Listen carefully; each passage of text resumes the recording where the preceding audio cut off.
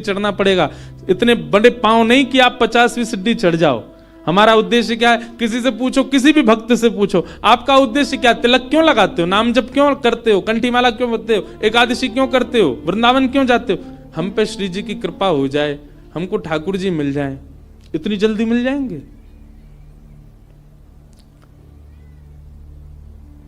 जैसे आप किसी मार्ग पर जाते हैं, जैसे मान लीजिए कि आप ऋषिकेश में बैठे हैं तो निश्चित है कि बद्रीनाथ ही आते हैं बार बार। बद्रीनाथ जा रहे हो तो ऋषिकेश से आपका उद्देश्य बद्रीनाथ जाना ही है, पर बीच में कई ऐसे शहर पड़ेंगे, अगर आप कहीं भटकोगे तो आप उन शहरों का नाम पूछोगे, ना कि सीधा बद्रीनाथ। 300 किलोमीटर दूर का नाम थोड़ी लोगे। यहां से चलते समय आप पूछोगे भैया शिवपुरी कितना दूर रह गया?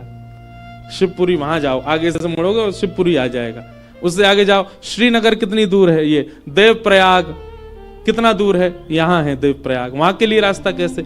आपके पड़ाव धीरे धीरे आगे बढ़ते हैं, सीधे ही बद्रीनाथ नहीं पहुंचा जाता। सनई सनई है। वैष्णव का पहला पड़ाव होना चाहिए प्रेम। किस लिए भजन कर रहा है? किस लिए कथा सुन रहा है? किस लिए वृंदावन जा रहा है? किस लिए गंगा जी का आश्रय ले रहा है? किस लिए कंठी पहनता है? किस लिए एकादशी करता है? मैं प्रेमी बनूं। पहले प्रेमी तो बनूं। पहला पड़ाव उसका प्रेम होना चाहिए। प्रेमी बनने का स्वभाव क्या? उसकी दृष्टि बदल जाए। अब वो सबको देख करके मुस्कुराता ही है। मैं ऐसे ऐसे प्रेमियों को भी जानता हूं जो किंचित बात विरह की सुन लें तो नेत्रों से आंसू गिरने लग जाते हैं। प्रेमी का ये स्वरूप हो जाता है कि उस बहुत जल्दी भाव में आ जाएगा, बहुत जल्दी भावुक हो जाएगा। हम होते हैं, हमारे आगे तो व्यक्ति गंगा जी में कूद जाए तो हमको विरह नहीं होता। प्रेमी व्यक्ति कैसा होगा? किंचित कोई भाव ऐसा देख लेगा ना, बहुत छोटा सा, कोई व्याकुल बैठा है, उस व्याकुलता को देख करके वो विरह में आ जाएगा। ये होता है प्रेमी का स्वरूप। आधुनिक भाषा में उसको कह देते हैं ये बहुत इमोशनल है, बहुत जल्दी इमोशनल हो जाता, बहुत जल्दी भावुक हो जाता है। संसार को देख करके भावुक हो रहा है। एक बात बताएं, भावुक व्यक्ति प्रेमी बहुत जल्दी बन सकता है। अगर किसी के अंदर भावुकता बहुत ज्यादा है ना, तो एक प्रकार से वो ये समझ ले कि उसको कई सीढ़ियां पहले से चढ़ा हुआ है। वो भावुक व्यक्ति बस प्रेम की ओर बढ़ जाए, प्रेमी और बन जाए, और अधिक प्रेम हो जाए, और वही प्रेम वृंदावन चंद से हो जाए उसका।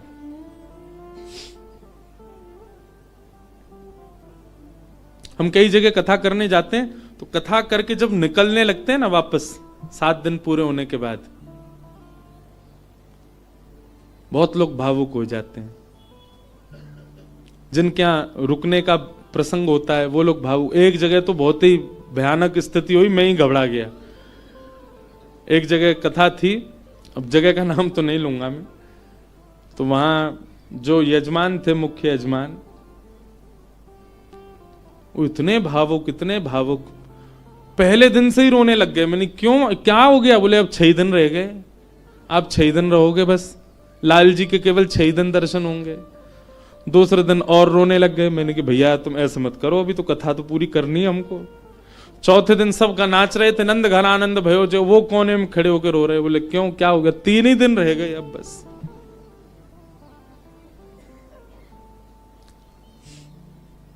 जिस दिन विश्राम दिवस था, मैं तो बहुत घबरा रहा था। मैंने आज क्या होगा, वो पहले दिन से ही रो रहे हैं। वही हुआ। अच्छा, ऐसा और था कि कथा करते ही मुझे एयरपोर्ट जाना था, मेरी फ्लाइट थी। कथा भी मैंने सुबह सुबह की थी 7 बजे से। आरती, विश्राम आरती हो रही थी, और मैं बस ये था कि हे लाल जी कुछ हो नहीं, बहुत भाव में। वही हुआ, आरती करते करते दोनों, पहले तो उनकी गृहिणी मूर्छित होकर गिर पड़ी, बेहोश ही हो गई, और फिर जो उनके पतिदेव थे उनको देख के वो भी हो गए। उसके पीछे बिल्कुल भी किंचित ही, हमको तो समझ में आया था नाटक, लेकिन नहीं, वास्तविक था। पानी वानी डाला भैया, उनका ब्लड प्रेशर वगैरह सब कम होता चला गया। एक कथा भी आती है, सुना है? एक महाराष्ट्र के राजा थे, उन राजा का एक ही बात उसके मन में चलती थी कि मेरे नगर में कोई साधु आ जाए, मेरे नगर में कोई संत आ जाए, मेरे नगर में कोई भक्त आ जाए। दुनिया में ऐश्वर्यवान व्यक्ति केवल इसकी प्रतीक्षा करता है कि मेरे पास धन बहुत आ जाए। वो इसकी प्रतीक्षा करते थे कि कोई भक्त, साधु, संत, विरक्त या वैष्णव दंपति या कोई कथा वक्ता कोई आ जाए मेरे नगर में, बस। ऐसी कृपा हुई। अयोध्या से कुछ लोग पंढरपुर दर्शन करने जा रहे थे और उन महात्मा के उन राजा के नगर में आ गए। नगर से होके पंढरपुर का रास्ता था, तो पंढरपुर की ओर जा रहे थे। शाम काल का समय हो गया। राजा को पता चली संतों की टोली आ रही है। वो तो ऐसा और था राजा, वो दूर दूर तक उसने अपने सैनिक लगा रखे थे। बोले आसपास के रस्तों से अगर कोई संत निकल के जा रहे हैं उनसे भी कहो यहां होके जाएं, हमारे नगर में होके जाएं। ऐसी भगवत प्रीति, भक्त प्रीति भी सबके हृदय में नहीं होती।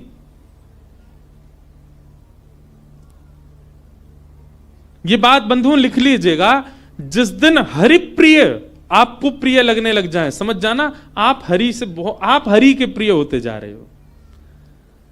आपको पता चल जाता है व्रज से कोई आया, भले ही आप उसको जानते नहीं, पर आपके मन में उत्साह हो जाता है हमारे वृंदावन से आए हैं, श्री राधारमण जी के यहां से आए हैं, श्री बिहारी जी के चरणों से आए हैं। भले ही आपका परिचय नहीं, फिर भी आप ब्रज से आए जान करके उनको प्रणाम करने जाओ। ऐसी प्रीति अगर आपके चित्त में है, आप प्रेम की अवस्था में आ चुके हो। हरि से ज्यादा हरिजनों से प्रीति हो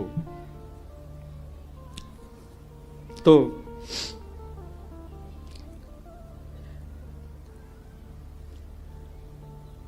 अयोध्या से संतों की टोली आई। रात में राजा ने खूब सुंदर उनका स्वागत किया, सबके लिए बढ़िया शिविर बनवाए, बढ़िया सबके लिए भोजन की व्यवस्था करी। सब साधु महात्मा बड़े प्रसन्न हो गए, बोले वाह भैया राजा, तेने तो हमारा दिल जीत लिया, क्या सुंदर व्यवस्था की, सब संतों के सबके चरण धोए, सबको माला पहनाई, प्रसाद पवाया, सोने की उत्तम व्यवस्था।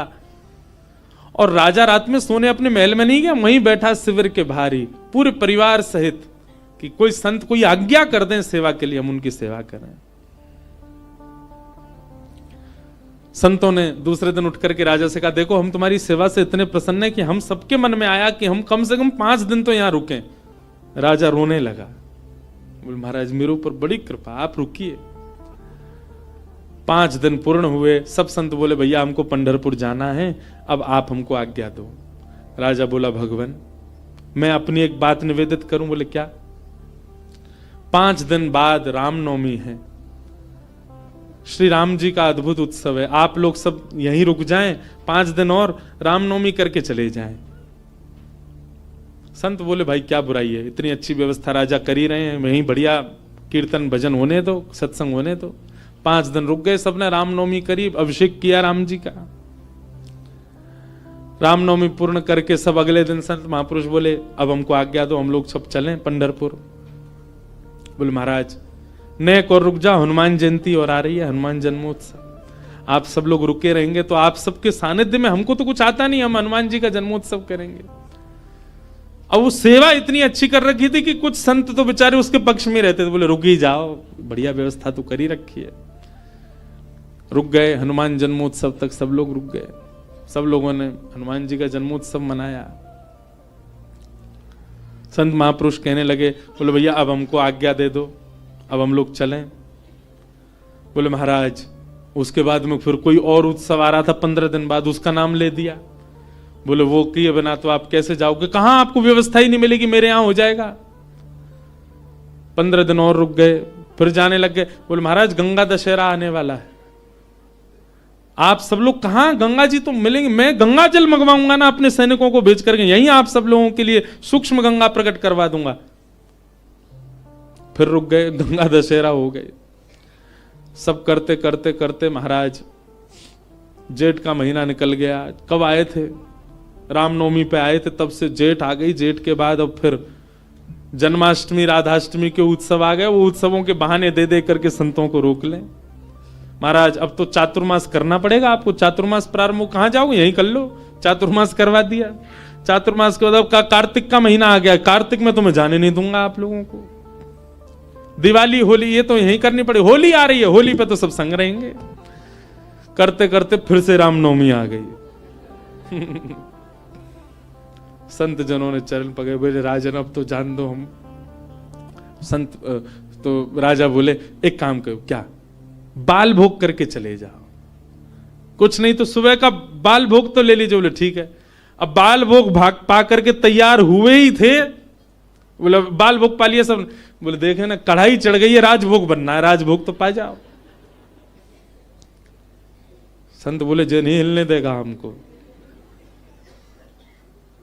बोले देखो ये सब अनादर हो जाएगा, इतनी पूड़ी कचौड़ी सब्जी बन रही है, इनको तो पा जाओ। यहां राजभोग पाने लगे, एक संत ने घूम के देखा तो वहां रात के ब्यारू भोग भी बनने शुरू हो गए थे। बोले ब्यारू करके जाने देगा। अंत तो गत्वा उस राजा की स्थिति ऐसी हो गई, जब संत लोग हट में आ गए कि नहीं हम तो जाएंगे, राजा के यहां से उस क्षेत्र से जैसे ही बाहर निकले, तब तक तो राजा रो रहा था, संतों के जाते ही राजा अचेत हो गया, प्राण निकल गए उसके। मैं संतों के बगैर कैसे रहूं? हम इस स्थिति में हम तो कभी आ ही नहीं सकते। खैर सुन लीजिए बस, हमारे यहां तो 4 दिन रुक जाए तो कब जाएंगे ये बला, बैठ गए हमारे घर में आके। सब तरीके के लोग होते हैं। अब तो लोग हमको बहुत प्रेम करने लग गए, जब हमको कोई जानता नहीं था तब हमने भी ऐसे घरों में रुके हैं।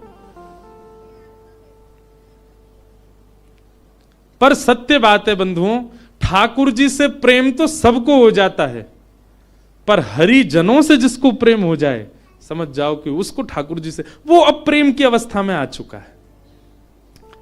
जिसको हरिजन प्रिय लगने लग जाए, हरि के जन प्रिय लगने लग जाए। आप लोग किया करो, कभी एयरपोर्ट, रेलवे स्टेशन, कभी अनजान स्थान पर कोई तिलक मात्र लगाया घूम रहा हो, उसको भी जय सिया राम, जय श्री कृष्ण। सामने वाला प्रत्युत्तर में अगर ये पूछ ले भैया कौन, कुछ नहीं आपके माथे पे हमने तिलक देखा, कंठ में हमने तुलसी जी देखी तो हमको लगा कि आप वैष्णव हो इसलिए हमने प्रणाम किया। ऐसा स्वभाव।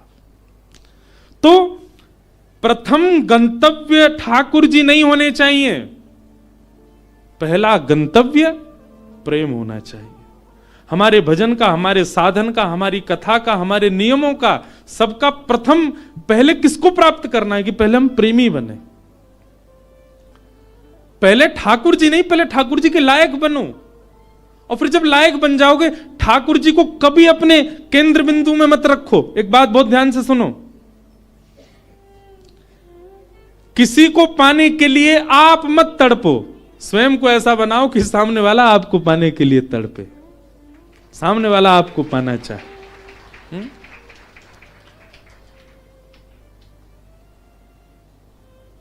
पिक्चरों में ऐसे दिखाते हैं ना कि कोई प्रेम करता था किसी कन्या से, और उसको सीधे तो पा नहीं पाया, तो खुद इतना बढ़िया पढ़ लिख करके बड़ा मजिस्ट्रेट बन गया महाराज, आगे पुलिस पीछे पुलिस, अब वो छोरी डोल रही है वाकू पावे को, इससे मेरा ब्याह हो। ठीक वैसे ही ये बात शास्त्रीय है कि ठाकुर जी को पाने के लिए आप केंद्र बिंदु ठाकुर जी को मत रखो चित्त में कि उनको मुझे प्राप्त करना है। ठाकुर जी को जो जो प्रिय है वो सारे गुण मेरे भीतर आ जाएं, ताकि ठाकुर जी को मैं प्रिय लगूं। आप पीछे मत पड़ो उनके, स्वयं को ऐसा बनाओ कि ठाकुर जी पीछे पड़े आपके। श्रीमद् वल्लभाचार्य जी के चरित्र में आता है कि, बहुत ध्यान से सुनिएगा, श्रीनाथ जी जब प्रकट हुए ना, तो पहले श्रीनाथ जी की भुजा प्रकट हुई, और भुजा प्रकट होने के बाद में सद्दू पानी की गैया रोज जाती थी, अपना संपूर्ण दुग्ध वहीं बहा करके आ जाती थी। तो सद्दू पानी ने देखा मेरी गैया कहां जाती है, जाकर के देखा तो गिरिराज शिला में केवल भुजा निकली हुई है। सद्दू पानी ने जब पूरा बाहर निकाला तो श्रीनाथ जी प्रकट हो गए इसी कलिकाल में।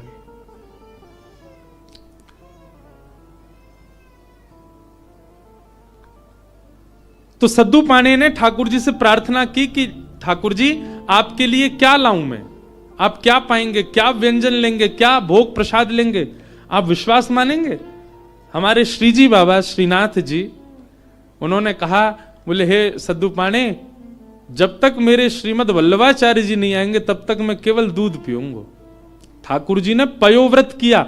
भक्त भगवान के लिए व्रत करता है, पर ठाकुर जी ने व्रत किया कि जब तक वल्लभाचार्य जी नहीं आएंगे मैं केवल दूध पीऊंगा। श्रीनाथ जी जो आजकल उदयपुर के पास नाथद द्वार में विराज रहे हैं, जब ये गिरिराज जी में प्रकट हुए तब की लीला है। इस बार हमारे लाल जी का उत्सव नाथ द्वारा में ही है, श्रीनाथ जी में 11 से 17 जनवरी। बाद में एक अजब कुमारी नाम की एक भक्ता हुई थी, उसके लिए ठाकुर जी उदयपुर चले गए, उदयपुर के पास नाथ द्वारा में। प्रकट तो आप गिरिराज जी में ही हुए थे। तो ठाकुर जी कितने वर्षों तक केवल दूध पी करके रहे। एक दिन अपनी समस्त शिष्य मंडलियों के साथ श्रीमद वल्लभाचार्य जी महाराज जब गोवर्धन पधारे, पूरे ब्रज में हल्ला हो गया, कोई बहुत बड़े आचार्य आए हैं। बोले नाम क्या? बोले वल्लभाचार्य। जब ये नाम सद्दू पाणे के कान में पड़ा, ब्रजवासी सद्दू पाणे दौड़े दौड़े गए और वल्लभाचार्य जी के चरणों में निवेदन करके रोने लगे। वल्लभाचार्य जी बोले रो क्यों रहे हो? बोले नाथ, भक्त को व्रत करते देखा है मैंने, पर इस जन्म में मैंने भगवान को व्रत करते हुए भी देखा है। हमारे इस गिरी कंदरा से साक्षात गोवर्धन नाथ जी का स्वरूप श्रीनाथ जी प्रकट हुए। मेरी गैया को दूध नित्य पियो करते, मैंने उनसे निवेदन किया कि आपको कहा भोग धराऊं। समोसे बोले मैं तो दूध ही पीऊंगा। मैंने कि कब तक दूध पियोगे? बोले जब तक वल्लभाचार्य जी नहीं आएंगे तब तक दूध ही पीऊंगा। भक्त ठाकुर की प्रतीक्षा करे ये तो सुनोगे हो, पर ठाकुर भक्त की प्रतीक्षा कर रहे हैं। हे नाथ, मेरी आप से प्रार्थना, जल्दी मिलो ठाकुर जी से और जल्दी अन्न पवाओ ठाकुर जी को। श्रीमद वल्लभाचार्य, आप सबने चित्र देखा होगा निश्चित ही। अगर कोई श्रीनाथ जी से या हमारे गोवर्धन नाथ जी से परिचित है, वल्लभाचार्य जी के भाव में है। सद्दू पाणी ने आवाज लगाई, लालन, हे श्री जी बाबा देखो श्रीमद वल्लभाचार्य पधारे हैं। और ऊपर से नन्हे से गोपाल जी, 4 वर्ष की अवस्था के गोपाल जी, 2-4 दतुइयां निकली हैं बस, गोल मटोल लाला घुंघराले केश हैं, वही श्रीनाथ जी। ऊपर गिरी कंदरा से नीचे देखते हैं श्रीमद वल्लभाचार्य जी को, वल्लभाचार्य जी ऊपर देखते हैं ठाकुर जी को, और दौड़े वहां से ठाकुर जी, यहां से वल्लभाचार्य जी, और मध्य गोवर्धन में दोनों ने गाढ़ आलिंगन किया एक दूसरे का। ये चित्र देखा होगा आपने वल्लभाचार्य जी, और नहीं देखा हो तो गूगल पे देखना, वल्लभाचार्य जी श्रीनाथ जी मिलन पिक्चर। ऐसे ठाकुर जी ने आलिंगन कर रखा वल्लभाचार्य जी को, नेत्रों से आंसू गिर रहे हैं। वल्लभाचार्य जी बोले ठाकुर जी आप क्यों इतने श्रम में रहे, कुछ पाया नहीं? तो वल्लभाचार्य जी महाराज ने अन्नकूट बनवाया ठाकुर जी के लिए, 56 भोग तैयार करवाए। और श्री जतिपुरा में, गोवर्धन के जतिपुरा में, वहां श्रीमद वल्लभाचार्य जी ने श्रीनाथ जी का अन्नकूट किया, 56 भोग पवाए, ठाकुर जी का अन्नप्राशन हुआ। मतलब इतने वर्ष बाद ठाकुर जी ने अपना पयोव्रत, दूध का जो व्रत था वो छोड़ के अन्न ग्रहण किया। किसके लिए? अपने एक भक्त के लिए। तो भैया केंद्र बिंदु में ठाकुर जी नहीं, केंद्र बिंदु में प्रेम लाओ। आपके केंद्र बिंदु में प्रेम आ गया और प्रेम आपके चित्त में आ गया तो आप ठाकुर जी के केंद्र बिंदु में रहोगे, ना कि ठाकुर जी आपके केंद्र बिंदु में। स्वयं को निर्माण ऐसो करो, कथा सुन के, संत संग करके, सत्संग करके, वैष्णव संग करके, भजन करके, कीर्तन करके, कि ठाकुर जी आपकी प्राप्ति के लिए विचरण कर रहे हैं, कि जे मुंह को मिले कैसे भी। आज से आपके भजन साधन में उद्देश्य भगवत प्राप्ति नहीं, प्रेम की प्राप्ति हो। कि भवतानुदित प्रायम यशो भगवतो मलम ये नैवासौ न तुष्येत मन्ये तद्दर्शनम खिलम। नारद जी महाराज वेद व्यास जी से कहते हैं, व्यास जी आपने भागवत जी की रचना की, उसमें ज्ञान, उसमें वैराग्य, उसमें सब कुछ आपने प्रस्तुत किया, पर आपने प्रेम को नहीं प्रस्तुत किया, इसलिए आपका हृदय अशांत है। आपके ग्रंथों को, पुराणों को सुनकर के व्यक्ति धार्मिक बन जाएगा, व्यक्ति वैरागी बन जाएगा, पर आपके ग्रंथों को पढ़ के व्यक्ति प्रेमी नहीं बन पाएगा। इसीलिए आपका हृदय अशांत है, आपको कहीं ना कहीं अपूर्णता लगती है अपनी क्रिया में। इसलिए मेरी प्रार्थना कि अब आप ठाकुर जी के प्रेम स्वभाव का वर्णन करो, जिससे पढ़ने वाला व्यक्ति प्रेमी बन सके। वेद व्यास जी महाराज ने निवेदन किया, उसके लिए मुझे क्या करना पड़ेगा? बोले समाधि लगा करके भगवान के प्रेम स्वरूप का चिंतन करो।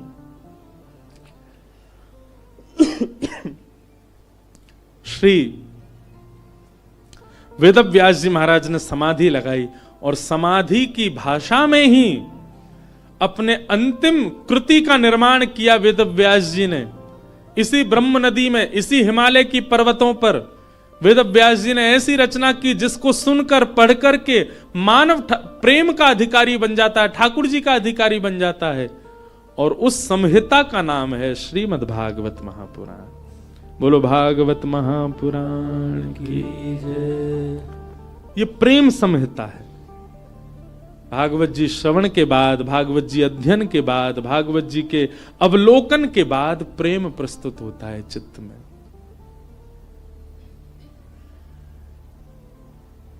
प्रेम। वेद व्यास जी महाराज ने उस प्रेम का भाव लिखा, वही भागवत है। बंधुओं, आपको अगर अपनी कृति से, कई लोगों को अपने जीवन से भी बहुत अपूर्णता का अनुभव होता है। हम आपको एक बात बता रहे हैं, बहुत सावधानी से सुनो। अपने कर्म से, अपने जीवन से, अपने संबंध से कई लोगों का मन बहुत जल्दी उचट जाता है। कई लोगों को अपना जीवन भी अच्छा नहीं लगता। क्यों? केवल प्रेम नहीं है आपके जीवन में। आप भागवत जी का आश्रय लीजिए और भागवत जी का आश्रय लेकर के आप प्रेम जीवन में ले आइए, आपको सब कुछ अच्छा लगने लगेगा। एक बात बता रहे हैं, प्रेमी व्यक्ति का स्वभाव ऐसा हो जाता है कि वो अव्यवस्था में भी प्रसन्न रहने लगता है। अप्रेमी व्यक्ति का स्वभाव कैसा होता है? वो कहीं भी जाएगा ना, नाक मुंह मोड़ता ही रहेगा। यहां तो ये है, यहां तो ऐसा है, यहां मैं कैसे बैठ जाऊं, ये मैं कैसे खा लूं, यहां मैं कैसे बैठ सकता हूं, यहां मैं कैसे नहा सकता हूं, यहां मैं कैसे रह सकता हूं, इस व्यक्ति के साथ मैं कैसे जी पाऊंगा, इस माहौल में मैं कैसे रह पाऊंगा। ये सब जगह जो अपने आप को अपरिपूर्ण माने, समझ जाना, अप्रेमी व्यक्ति है। पर प्रेमी कैसा होता है? वो जहां बैठ जाता है ना, वो स्थान ही अच्छा लगने लग जाता है। कई बार आपने कुछ ऐसे स्थान देखे होंगे, उन स्थानों पर कभी आपकी नजर ही नहीं पड़ी होगी, या उस स्थान को देख करके आपने सोचा होगा ये तो सामान्य सी जगह है, ये कौन सी बड़ी बात है। पर उसी स्थान पर कोई भगवत प्रेमी जाकर के बैठ जाता है तो उस स्थान की रौनक ही बदल जाती है, उस स्थान का माहौल ही बदल जाता है। अरे स्थान नहीं, कई बार कई रंग हमको प्रिय नहीं होते। मैं अपना अनुभव बता रहा हूं, कई रंग हमको प्रिय नहीं होते, कई कलर्स हमको अच्छे नहीं लगते, पर वही रंग, वही कलर, उसमें कोई प्रेमी व्यक्ति अगर आ जाए, उस प्रेमी व्यक्ति उस कलर में या रंग का आश्रय ले ले, वो रंग भी अच्छा लगने लग जाता है। कई सब्जियां आपको अप्रिय लगती होंगी, पर वही कोई प्रेमी के हाथों से प्रसाद रूप में आपको मिल जाए, आप उसका पान करेंगे, सेवन करेंगे, आपको अत्यंत अद्भुत। और अगर आपको अनुभव करना हो तो हम बता रहे हैं, अरबी की सब्जी हर कोई नहीं पा सकता, इतनी बढ़िया नहीं लगती। हमारी श्री जी को बहुत प्रिय है, किशोरी जी को बहुत प्रिय है, लाडली जी को अरबी का भोग लगता है। कभी जाइए राधाष्टमी के समय पर, या वैसे भी हमारे तटीय स्थान वृंदावन में अरबी की सब्जी बनती है। आप पे कृपा हो जाए, नहीं हो तो वहां किसी महात्मा से कह देना हमको थोड़ा प्रसाद दे दो, वो मधुकरी रूप में आपको अरबी देंगे, आप पाके देखना। सारे विश्व के जितने भी रस होंगे ना, वो सब रस फीके लगेंगे उसके आगे। क्यों? क्योंकि प्रेम स्थान पर वो निर्मित है, इसलिए उसका स्वाद अद्भुत हो जाता है। मैं कथा करता हूं, हमको राग रागनी आती नहीं, हम बस ऐसे गा लेते हैं। ये सब गुरुजन बैठे हैं, ये लोग जैसो बजा दें वैसो हम गा दें। कई राग ऐसे हैं, उनको पहले मैं जब सुनता था ना, तो मेरा मन बड़ा उच्चाटित सा हो जाता था कि ये कैसे गाएंगे, ये तो बड़ा विचित्र सा राग है। आज वही राग में हम कथा भी कर देते हैं। क्यों? क्योंकि जब प्रेम मिल जाता है, प्रेम एक ऐसा सब्सटेंस है। प्रेम एक ऐसा क्या बोले वो, केमिकल बोले, सब्सटेंस बोले, क्या बोले, वो एक ऐसी वस्तु है, वो जहां मिल जाएगी वो सब प्रिय लगने लग जाएगा। वो प्रेम कहलाता है। प्रेम का मतलब केवल स्त्री पुरुष का प्रेम मत समझा कीजिए आप। कोई प्रिय लगने लग जाए वो नहीं, सब कुछ प्रिय लगने लग जाए, वो प्रेम है। वास्तविक प्रेमी आप अपने आप को ऐसे नहीं मान सकते उसके लिए नस काट के घूम रहे हैं, हॉस्पिटल में भर्ती है गए, वो क्या बता रहे हैं, बोले भाई टैग लग गया इसके ऊपर, काहे का, बोले प्रेमी है। आप इस प्रकार प्रेम की अवहेलना मत करो, प्रेम की निंदा मत करो।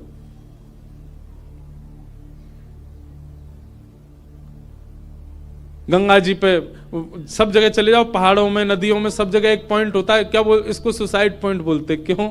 यहां से व्यक्ति अपने प्रेमी के लिए त्याग कर देता, आत्महत्या कर लेता है। ये प्रेम है। प्रेम में केवल एक व्यक्ति प्रिय नहीं लगता, प्रेम में सब कुछ प्रिय लगने लग जाता है। बुद्ध, भगवान बुद्ध प्रेमी थे। एक मदिरा पान किया हुआ व्यक्ति जिससे सब दूर भागते हैं, नाली में पड़ा था और बुद्ध भगवान ने उसको देख लिया, अपने शिष्यों से कहा तुरंत इसको निकालो यहां से। कोई पीछे जा रहा, कोई आगे जा रहा, सोच रहे हैं, विचार कर रहे हैं, नाली में पड़ा है, दुर्गंध आ रही है, इसने पी भी रखी है। स्वयं भगवान बुद्ध लग गए उसको निकालने में। शिष्यों ने कहा, बोले कि वो एक कुभाव वाला व्यक्ति, मदिरा पान करने वाला व्यक्ति, उसका आचरण शुद्ध नहीं, और आप उसको ऐसे बचाने लग गए, ऐसे उसको संभालने लग गए। तो बुद्ध भगवान बहुत अच्छी बात कहते हैं, तुम साधक क्यों बने हो, तुम भक्ति के पथ पर क्यों चल रहे हो? क्या तुम केवल शुद्ध लोगों से ही मिलोगे, सुधरे हुए लोगों से ही मिलोगे? अरे जो पहले से ही शुद्ध हैं, जो पहले से ही सुधरे हुए हैं, उनके बीच बैठ करके तुमने क्या नया कर दिया? तुम वैष्णव इसलिए बने हो, तुम भक्त इसलिए बने, तुम साधक इसलिए बने, जो अपवित्र हैं उनको पवित्र करने का भाव तुम्हारे चित्त में आए, जो अप्रेमी हैं वो प्रेमी बने, ये भाव स्वभाव तुम्हारा बने। हम इसलिए साधक बने। केवल माला देने वाला व्यक्ति को ही हम पूजें, उसी को ही हृदय से लगावें, ये हमारा स्वभाव है। सबको लगाना है, सबको उस पथ का राही बनाना है, इसलिए हम वैष्णव बने। अंगुलीमाल की कथा सबने सुनी होगी। एक राक्षस था, मानव था पर राक्षस के स्वभाव का था। उस पर्वत पर रहता था, उस पर्वत के आसपास कोई भी मानव उसको दिख जाता था, उसको मार करके उसकी उंगली काट करके अपने गले में माला बना के पहनता था, इसलिए उसका नाम था अंगुलीमाल। इतनी सारी उंगलियों की माला उसने पहन रखी थी, उसका रूप देखते ही भाग जाते थे लोग। भगवान बुद्ध जा रहे थे और जैसे ही मार्ग पर जाने लगे तो एक गांव पड़ा। गांव के लोगों ने कहा, भगवान आप सीधे ना जाकर के थोड़ा दाएं होकर के जाइएगा। क्यों? सीधे जाएंगे तो आगे एक पर्वत पर अंगुली माल रहता है, वो लोगों को मार के उनकी उंगली काट के अपने गले में पहन लेता है। भगवान बुद्ध बोले उसके पीछे कारण, बोले वो अपना बल बताना चाहता है, देखो मैंने इतने लोग मार दिए, इतनी उंगलियां मत, इतने लोग, इतना बल है मेरे पास।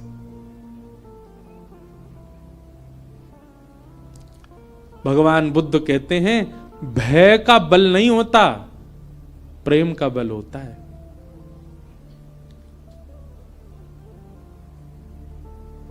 भय से जो अपने बल को आपके चित्त में प्रतिष्ठित करे वो बहुत लंबे समय तक नहीं रह सकता, लेकिन प्रेम से अपने आप को आपके चित्त में जो अवस्थित करे वो मरते दम तक आपके चित्त में रहेगा।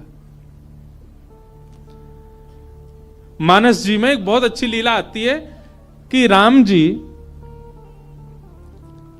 वन में विचरण करते थे और जब भूख लगती थी ना तो किसी के यहां से, किसी के घर से या किसी नगर से लक्ष्मण जी सामग्री ले आते थे, जानकी जी बनाती, राम जी पाते थे। लेकिन ऐसा वर्णन आता है कि कई बार लक्ष्मण जी को सामग्री नहीं मिली और वनवासी थे तो उनके पास धन भी नहीं था, भाई दे के ले लें। तो राम जी जाते थे सामग्री लेने के लिए, और राम जी जब जाते थे तो सामग्री लेके ही आते थे। तो फिर मानस जी में तुलसीदास जी वर्णन करते हैं कि राम जी ऐसा क्या दे के आते थे कि लोग सामग्री देने को राजी हो जाते थे। राम जी के पास कुछ था तो था नहीं, ना तो धन था, ना वैभव था, ना कुछ रुपया थे, क्या देते थे राम जी। तो मानस जी में श्री गोस्वामी जी वर्णन करते हैं कि राम जी जब कुछ सामग्री लेते थे या सामग्री लेते भी थे, या फिर कई बार सीता जी बड़ी रसोई बनाती हैं और संतों को पवाते, संतों को पवाने के बाद दक्षिणा देनी होती है, तो ये दक्षिणा के आदान प्रदान पर या सामग्री के आदान प्रदान पर राम जी क्या देते थे। तो गोस्वामी जी वर्णन करते हैं, बोले कुछ नहीं, राम जी मंद मंद मुस्कुरा देते थे, उनकी मुस्कान ही सबसे बड़ी दक्षिणा थी। उसको लेकर के व्यक्ति कहते तुम तो भैया सब कुछ ले जाओ हमारा, बस ये मुस्कुराते रहो, तुम्हारी मुस्कान ही सब बढ़िया। मतलब संतों को प्रसाद पवा के राम जी सामने बैठ करके दक्षिणा रूप में मुस्का देते थे। संत बोलते बस मिल गई हमारी दक्षिणा। जहां जहां से सामग्री लाते वहां मुस्का देते थे। प्रेम, और वो प्रेम का बल ऐसा व्यवस्थित किया राम जी ने कि मरते दम तक कोई नहीं भूल पाया। और रावण का भी बल प्रतिष्ठित था, पर रावण का भय का बल था। बल भय का नहीं होता, बल प्रेम का होता है।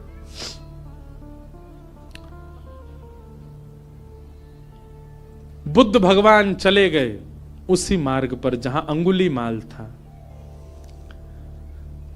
जैसे ही पहुंचे पर्वत के ऊपर, अंगुलीमाल ने दूर से ही कहा मैं साधु सन्यासियों का बहुत सम्मान करता हूं, पहले तुमको सचेत कर रहा हूं, मार्ग बदल दो अपना, मेरे पास आ गए तो तुम्हारा सर धड़ से अलग कर दूंगा। मैं चेतावनी दे रहा हूं, मेरे पास मत आना। पर बुद्ध रुके नहीं, सीधे चले गए। तुम जानते नहीं हो मुझे, क्यों चले आए हो मेरे पास।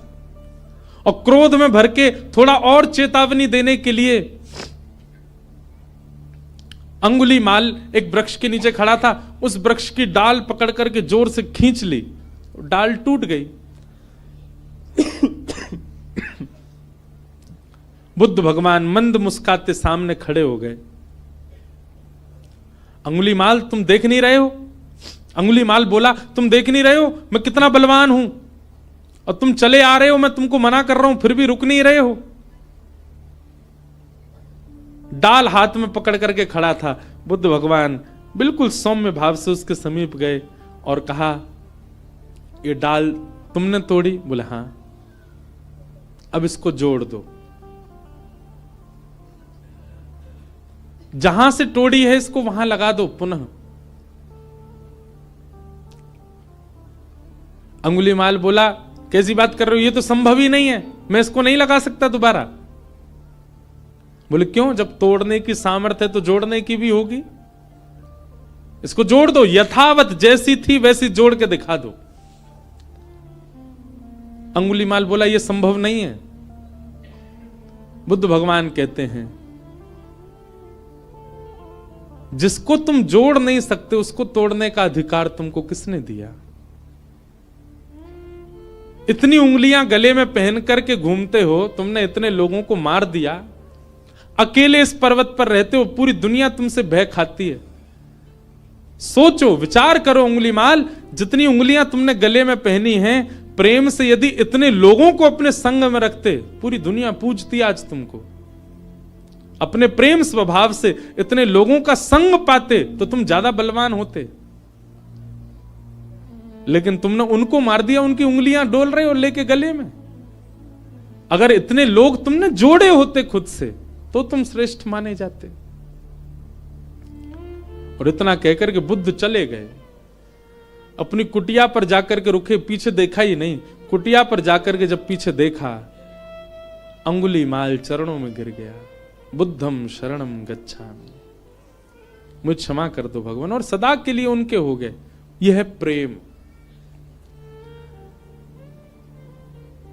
प्रेमी जब व्यक्ति होता है वो सबको प्रेमी बनाता चलता। जैसे किसी के अंदर कोई इत्र लगाए घूमे, जहां से निकल जाए सब जगह सुगंधित होती चली जाती है, वैसे ही भक्ति साधना से व्यक्ति जब प्रेमी बन जाता है, वो जहां जाता है, जिस स्थान पर जाता है, जितने लोगों से मिलता है, उनको भी प्रेमी बना देता है, उनको भी प्रिय बना देता है, उनको भी भक्त बना देता है, उनको भी साधक बना देता है।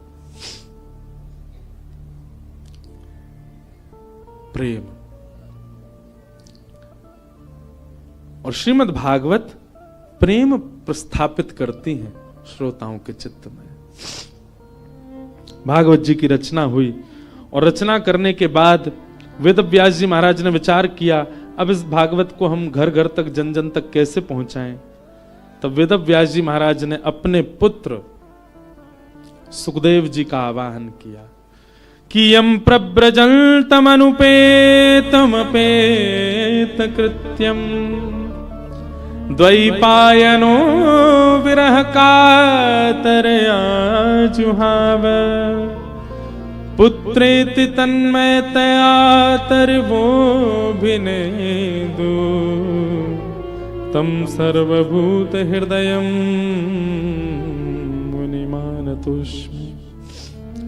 श्री सुखदेव जी महाराज आए। वेद व्यास जी के पुत्र हैं सुखदेव, लेकिन जन्म लेते ही आप ब्रह्म के ध्यान में चले गए थे। लेकिन श्री व्यास जी ने भागवत के श्लोक जब इनको सुनाए तो ब्रह्म ध्यान छोड़कर के भागवत जी की सन्निधि में आ गए और कहा, मैं तो निर्गुण निराकार ब्रह्म की उपासना कर रहा था, पर मुझे अब सगुण साकार में मन लग गया है, मुझे इन्हीं की आराधना करनी है।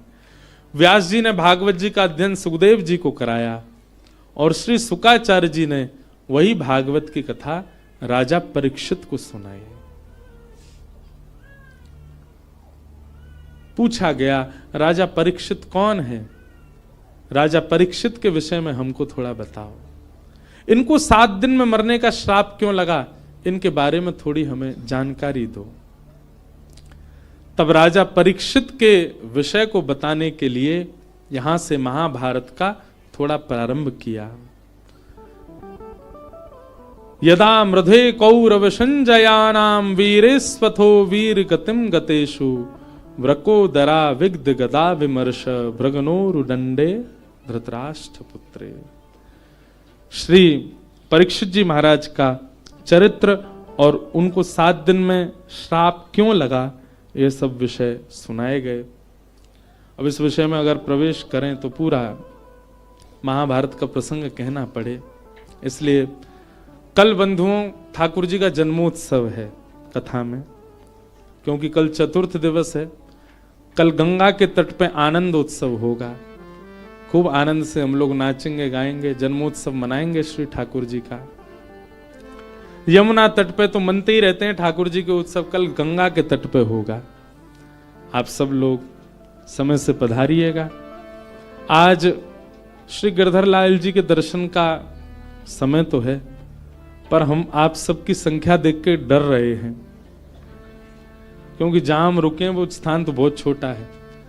तो जो लोग यहां रुके ही रहे हैं अभी 6-7 दिन, वो लोग तो कल भी आ सकते हैं, परसों भी आ सकते हैं। रोज मिलेंगे ठाकुर जी 1:30 से 2:30 बजे तक गंगा दर्शन राम झूला के पास, इधर स्वर्ग आश्रम में। और जो लोग दूर दूर से आए बस वो ही आ जाना दर्शन करने। बाकी के जो लोग यहीं डटे हुए हैं उनके लिए तो लाल जी यहीं हैं, उनके लिए हम एक शाम का भी समय कल बता देंगे, तो वो लोग शाम को भी आ सकते हैं। इतनी संख्या में लोग आ जाएंगे तो फिर वो लाल जी हमारे डर नहीं जाएं, गंगा जी में गिरगिरा जाओगे क्योंकि बगल में ही गंगा जी हैं। तो आप सब लोग बड़े भाव से पधारो। कल ठाकुर जी का जन्मोत्सव हम लोग कथा में मनाएंगे। पीले पीले वस्त्र पहन करके आना, आभूषण ज्यादा पहन के मत आना, अपना ध्यान रखना, क्योंकि चोराग्रगण्य श्री कृष्ण की कथा है तो निश्चित है उनके 2-4 दूत तो कथा में आते ही होंगे जो आपके आभूषण हरण ना कर ले जाएं, इसलिए बहुत ध्यान रखना।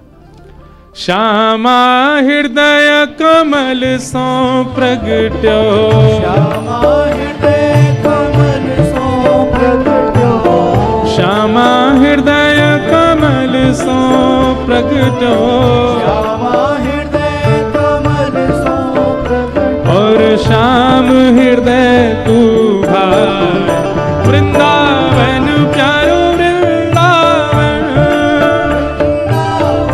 प्यारो वृंदावन, हे श्री वृंदावन मेरो वृंदावन। आज ये पद पूरा गाएंगे, जिनको याद हो संग गाइए। और सुनो भैया, जो लोग भी लाल जी के दर्शन करवे जामे, उनसे हमारी प्रार्थना, तुमको अपनी खुद की सौगंध है, हमारे लाल जी से कुछ संसार मत मांगियो, लाल जी से केवल एक ही बात मांगियो, हे लाल जी आप सदा प्रसन्न रहो, आप सदा आनंद में रहो, हम अपने कर्म भोग लेंगे, आप हमको कुछ मत दो। कुछ मांगना नहीं ठाकुर जी से, ठाकुर जी से केवल उनकी प्रसन्नता मांगिएगा। हे सब सुख सागर रूप उजागर रहे वृंदावन धाम, सब सुख सागर रूप उजागर रहे वृंदावन धाम। हे सब सुख सागर रूप उजागर रहे वृंदावन धाम, सब सुख सागर रूप उजागर रहे वृंदावन धाम। ओ रूप गोस्वामी प्रगट कियो जहाँ, रूप गोस्वामी प्रगट कियो श्री रूप गोस्वामी प्रगट कियो जहाँ, रूप गोस्वामी प्रगट कियो राधा गोविंद रूप निधान, वृंदावन प्यारो वृंदावन। देखो इतनी संख्या में लोग हो फिर भी स्वर नहीं निकल रहा आप लोगों का। अरे भाव से गाओ, उच्च स्वर में गाओ, वृंदावन मेरो वृंदावन, हे श्री वृंदावन मेरो वृंदावन।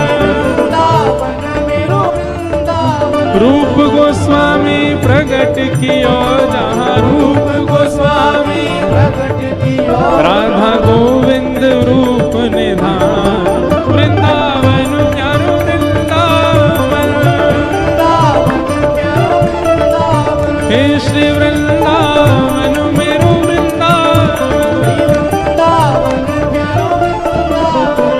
मोहन को रूप निरख के, मदन मोहन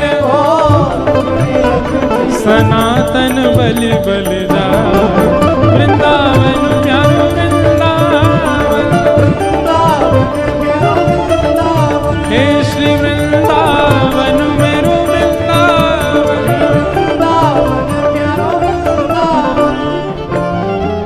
गोपी ग्वाल सब ही और धारे, प्यारो गोपी नाम, गोपी ग्वाल सब ही और धारे, प्यारो गोपी नाथ। हाँ प्यारो प्यारो गोपी नाथ, प्यारो प्यारो गोपी नाथ। हे मधु पंडित जिन कंठ लगायो, मधु पंडित जिन कंठ लगायो, श्री मधु पंडित जिन कंठ लगायो, मधु पंडित जिन कंठ लगायो। ओ जहाँ है रही जय जयकार, वृंदावन मेरो वृंदावन, वृंदावन मेरो वृंदावन, हे श्री वृंदावन प्यारो वृंदावन।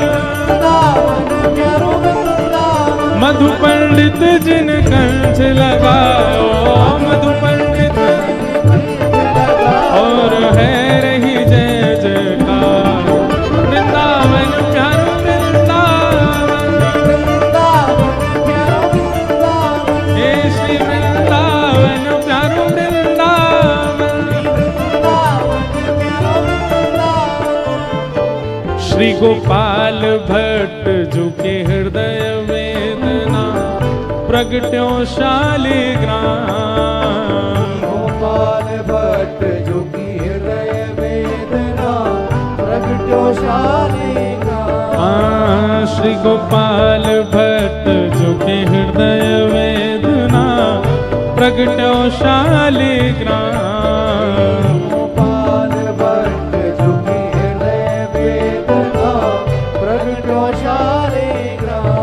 हे रूप सुधा को खान हमारो, रूप सुधा को खान हमारो, रूप सुधा को खान हमारो, सुधा को खान हमारो। श्री वृंदावन में सब सबते प्यारो वृंदावन में सबते प्यारो हे श्री राधा रमण जुलाल वृंदावन मेरो वृंदावन प्यारो वृंदावन हे श्री वृंदावन मेरो वृंदावन मेरो वृंदावन रूप सुधा को खान हमारो सुधा को खान हमारो श्री वृंदावन में सबते न्यारो वृंदावन में सबते न्यारो श्री राधा रमण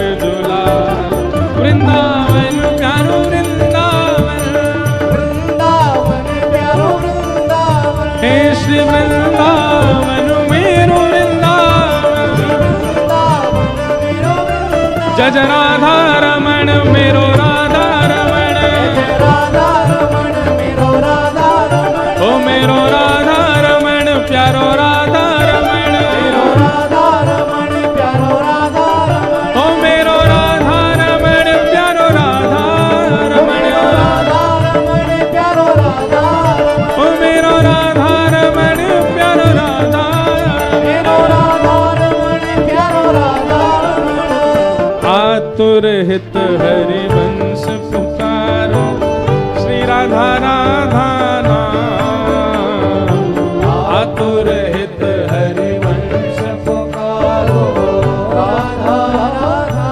अभी यहाँ कथा 12 को विश्राम करके श्री वृंदावन के मदन टेर में 14 तारीख को सुबह 9 बजे से श्री हितरवंश महाप्रभु का चरित्र हम एक दिन सुनाएंगे।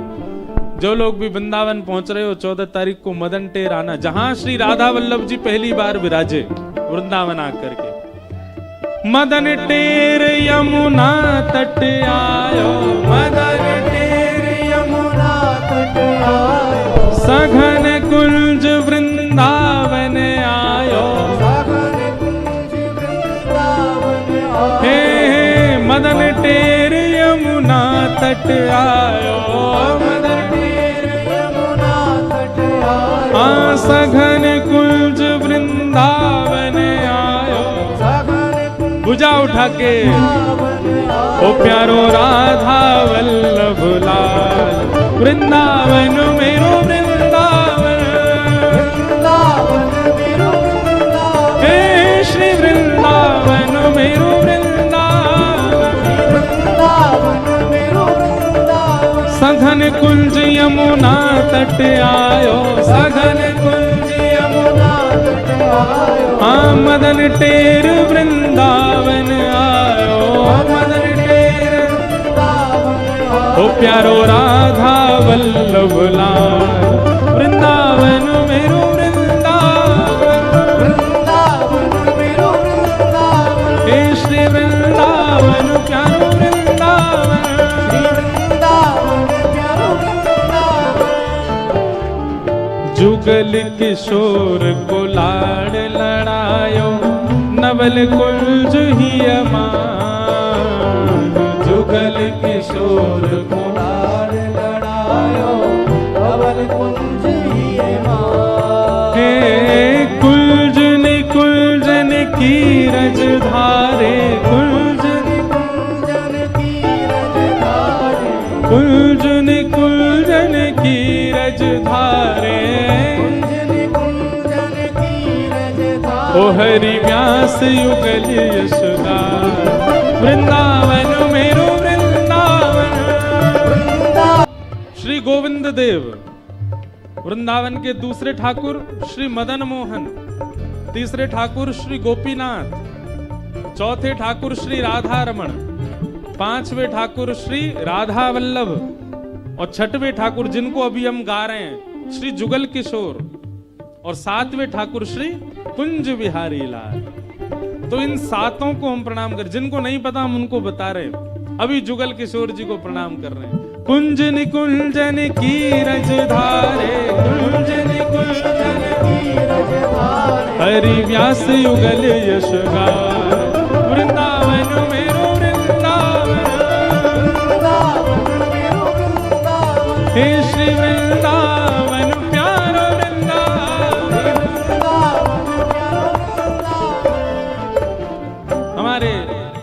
वृंदावन के 7वें ठाकुर, जिनके जन्मोत्सव पर इस कथा का प्रारंभ हुआ। बोलो वृंदावन बिहारी लाल। भुवन चतुर्दश की सुंदरता, निधिवन करत बिहार। भुवन चतुर्दश की सुंदरता, निधिवन करत बिहार। हे भुवन चतुर्दश की सुंदरता, निधिवन करत बिहार।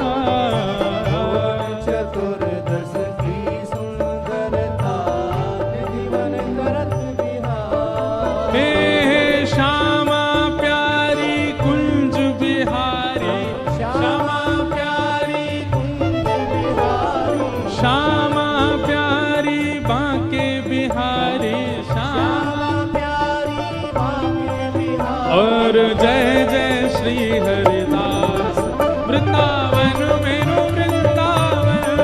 वृंदावन मेरो वृंदावन, हे श्री वृंदावन प्यारो वृंदावन। वृंदावन प्यारो वृंदावन। श्यामा प्यारी कुंज बिहारी, श्यामा प्यारी कुंज बिहारी। और जय जय श्री हरिदास वृंदावन मेरो वृंदावन।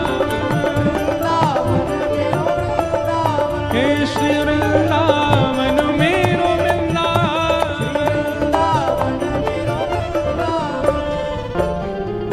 जिनकी कृपा से यह रस प्रकट वृंदावन अभिराम। जिनकी कृपा से यह रस प्रकट वृंदावन अभिराम। हे जिनकी कृपा से यह रस प्रकट वृंदावन अभिराम।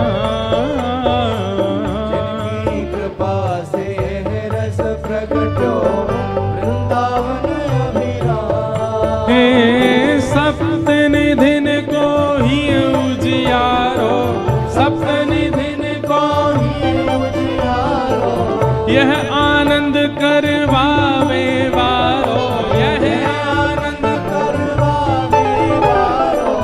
इंद्र ईश इंद्रेश दुला।